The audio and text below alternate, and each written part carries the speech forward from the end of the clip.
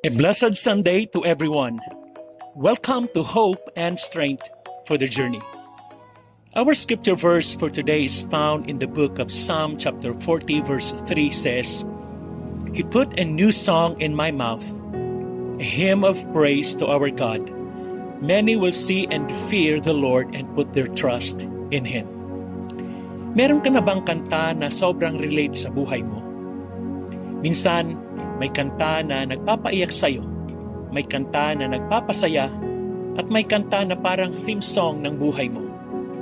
Sa Psalm chapter 40 verse 3, sinasabi ni David na binigyan siya ng Panginoon ng bagong awit. Pero hindi ito literal na kanta. Ito ay isang bagong buhay na puno ng papuri sa Diyos. Sa oras nito, pag-usapan natin paano tayo magkakaroon ng bagong awit sa ating buhay at paano ito makakaapekto sa ibang tao. Halimbawa po, isipin natin ng isang taong nalugmok sa bisyo at kasalanan. Tulad ni Pedro, hindi yung disciple, pero isang taong dating addict. Lulong siya noon sa bisyo, lasing araw-araw at walang direksyon ang buhay. Pero nung nakilala niya si Jesus, binago siya ng Panginoon. Ngayon, imbes na lasing, siya ay isang worship leader sa kanilang church. Ang dating awit ng buhay niya ay puno ng kalungkutan, pero ngayon punong-puno ng papuri sa Diyos. Paano ito mag-a-apply sa buhay natin? Una, tanggapin ang bagong awit na bigay ng Diyos. Kapag tinanggap natin si Kristo sa ating buhay, binibigyan niya tayo ng bagong panimula. Ano ang luma mong awit? Takot? Depresyon? Bisyo? God wants to change that. Amen. Pangalawa po, maging buhay na patotoo.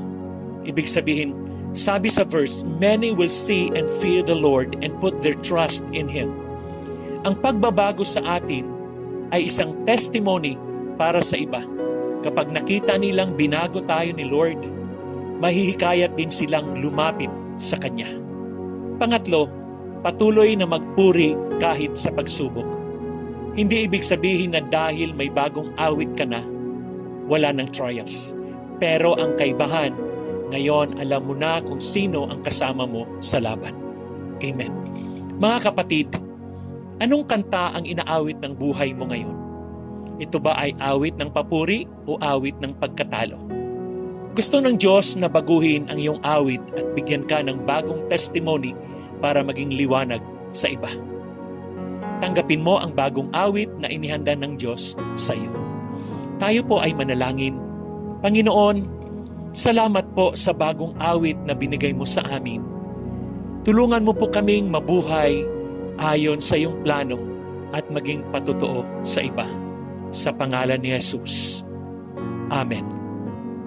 Ano ang dating kanta ng buhay mo na kailangan mong ipagpalit sa bagong awit ng Diyos? God bless you and your family.